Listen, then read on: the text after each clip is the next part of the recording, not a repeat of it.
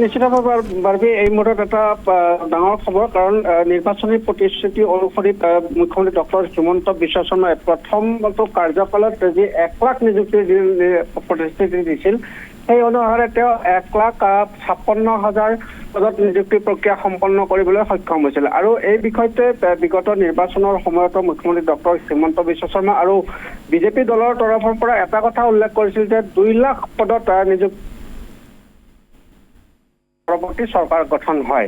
আৰু সেই অনুসাৰে যোৱা 9 এপ্ৰিলত অনুষ্ঠিত নিৰ্বাচনৰ মাধ্যমেৰে অসমৰ ভোটাৰ ৰাইজে উবুৰি খাই বিজেপি বা NDAৰ পক্ষত ভোটদান কৰে। আৰু তাৰ পৰিপ্ৰেক্ষিততে শেহতীয়াকৈ 4 মে'ত ঘোষিত ফলাফল অনুসৰি পুনৰ নিৰংকুশ সংখ্যাগৰিষ্ঠতাৰে NDA ৰাজ্যৰ শাসনভাৰলৈ আহিবলৈ সক্ষম হয়। আৰু যোৱা 12 মে'ত মুখ্যমন্ত্ৰী ডক্টৰ হিমন্ত বিশ্ব শৰ্মাই মুখ্যমন্ত্ৰী হিচাপে শপত গ্ৰহণৰ পাছত 13 মে'ত অনুষ্ঠিত ৰাজ্যিক কেবিনেটৰ প্ৰথমখন কেবিনেটতে 2 লাখ নিযুক্তি সম্পৰ্কত এক গুৰুত্বপূৰ্ণ সিদ্ধান্ত গ্ৰহণ কৰিছিল। আৰু ৰাজ্য চৰকাৰৰ মুখ্য সচিব ডক্টৰ ৰবি কটাৰ অধ্যক্ষতাত এখন টাস্ক ফ'ৰ্চ গঠন কৰিছিল। আৰু এই টাস্ক ফ'ৰ্চখনৰ প্ৰথমখন বৈঠক যোৱা 27 মে'ত লোক সেৱা ভৱনত অনুষ্ঠিত হয়। আৰু এই যিখন বৈঠক অনুষ্ঠিত হৈছিল, এই বৈঠকতে এটা গুৰুত্বপূৰ্ণ সিদ্ধান্ত গ্ৰহণ কৰা হৈছিল যে ৰাজ্য চৰকাৰৰ বিভিন্ন বিভাগৰ যিসমূহ পদ বৰ্তমান খালী আছে বা অহা 2-3 মাহৰ ভিতৰত যিসমূহ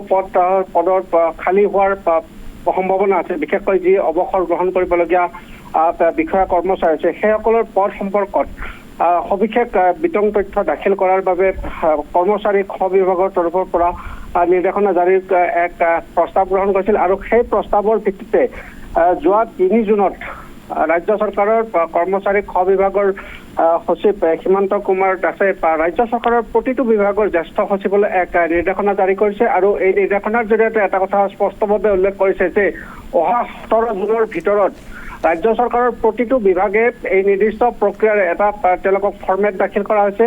এই ফৰ্মেটত কনচাৰ্ণ পষ্টৰ ডিটেইলছ আৰু লগতে এই পষ্টসমূহ কেনেধৰণে চেংচন আছে, নন চেংচন আছে, এই সকলোবোৰ সবিশেষ তথ্য উল্লেখ কৰাৰ উপৰি কোনটো নডেল বিভাগৰ অন্তৰ্গত হয় সেই সবিশেষ তথ্য দাখিল কৰিব লাগিব। আৰু অহা 17 জুনৰ ভিতৰতে এই প্ৰক্ৰিয়া সম্পন্ন কৰাৰ বাবে নিৰ্দেশনা জাৰি কৰা হৈছে। আৰু যিহেতু অহা 6 জুলাইৰ পৰা অসম বিধানসভাৰ বাজেট অধিৱেশন আৰম্ভ হ'ব, এই বাজেট অধিৱেশন যেতিয়া সম্পন্ন হ'ব, এই বাজেটত এই বিষয়টো নিশ্চিতভাৱে প্ৰস্তাৱ থাকিব। আৰু সেই অনুসাৰে হয়তো সমাগত আগষ্টৰ দ্বিতীয় পষেকৰ পৰা ৰাজ্যত যি নিযুক্তিৰ কাৰণে নিৰ্বাচনী প্ৰতিশ্ৰুতি দিয়া হৈছিল, সেই নিযুক্তি প্ৰক্ৰিয়াৰ প্ৰাৰম্ভিক কাম কাজ, বিশেষকৈ বিজ্ঞাপন প্ৰকাশ বা বাছনি পৰীক্ষা অনুষ্ঠিত কৰাকে আদি কৰি কামসমূহ আৰম্ভ হ'ব। গতিকে এই মুহূৰ্তত এটা কথাই ক'ব পাৰি, যিহেতু ৰাজ্যখনত নিবনুৱা বিস্ফোৰণ ঘটা পৰিলক্ষিত হৈছে। প্ৰায় 28 লাখ পঞ্জীয়নভুক্ত নিবনুৱা যুৱক যুৱতীৰ নাম এতিয়াও পঞ্জীয়ন হৈ আছে। গতিকে তাৰ মাজৰ পৰা 2 লাখ পদত এই আগন্তুক 5 বছৰৰ ভিতৰত যে তেওঁলোকে সংস্থাপন লাভ কৰিবলৈ সক্ষম হ'ব, আৰু তাৰেই এয়া এক প্ৰাৰম্ভিক প্ৰক্ৰিয়া।